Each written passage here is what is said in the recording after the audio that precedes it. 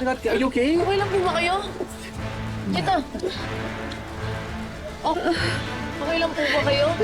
Anong okay? Does she look okay? Nadulas nga eh, bumagsak, di ba? Okay? Ano sinasadya eh? Aming! Aming! Oh, yung asawa mo! Ano? May nangyari! Ano? Halika! Punta natin! Uy! Ito yun! Dito na kayo. Punta natin! Mahal! Sakit po ba? Ano nangyari? Tito Gani. Mahal! Ano nararamdaman mo? Ha? Tumama ba tiyan mo? Dali na kita sa ospital, baka kung ano nangyari sa baby. Masakit lang yung buhat ko kasi... Thank God, yung buhat ko ang bumagsak. At hindi tinamaan yung baby natin. Tito Gani, it could have been worse. Dapat kasi sinunod na lang ni Ikit yung utos ni Mom na linisin niya yung juice na natapon niya. Hinayaan niya lang. Teka, ano ba talaga nangyari? Ano yung ibig mong sabihin ba? Tito Gani, I think si Ikit po, galit pa rin po siya kay Mommy kasi di ba originally, hindi niya pinayagan si Ikit na pumunta dito. Or baka sinadya niya rin na basa talaga yung sahig kasi gusto niya madisgrasya si Mom dahil ayaw niya sa baby niyo. Hoy, hindi yun totoo ha. Tay, pinakuha po ko ng pagkain ni Tita Rica, tapos natapon po yung yung juice, tapos si Angela po Ikit! tapos ba? Tama na. Huwag ka na magdahilan.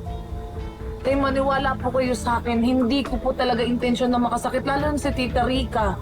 Hindi ko po kaya magsinungaling, lalong-lalo na po sa inyo. Hindi ka nagsisinungaling. Opo. Hindi ba tinanong kita? Kung tinigilan mo ng pakikipag-chat dyan sa foreigner na yan, ang sabi mo sa akin, oo. Kakapanood ko lang ng vlog mo. Nalaman ko na nakikipag-usap ka pa dyan sa Victor na yan. Ano ba? Ano ba talaga nangyayari sa'yo? Ha? Patalikod mong ginagawa lahat ng makikinasasama ng loob ko. Ay, sorry po. Sinuway mo na nga ako. Ipinahamak mo pa ang tita Rica mo. Bakit ba? Ha? Nagsiselos ka ba? Dahil magkakababy na kami? O talagang ayaw mo lang sa kanila? Ayaw mo sila maging parte ng pamilya natin? Yan ba tinuturo sa'yo ng foreigner na yan? Ha? Ang maging pasaway? Hindi ko naman po talaga kasi sinasadya eh.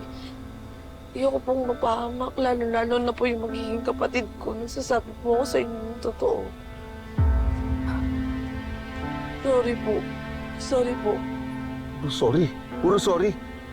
Eh kung nakuna ng tita Rica mo, magagamot pa siya ng sorry mo?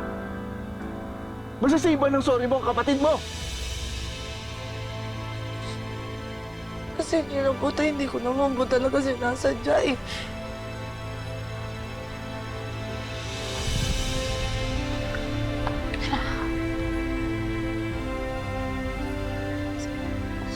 Pasensya ka na, mahal. Eh, halika na. Pumunta na tayo sa doktor. Patignan natin yan. Ha?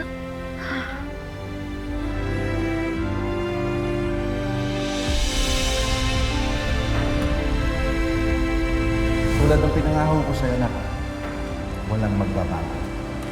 Partners pa rin tayo.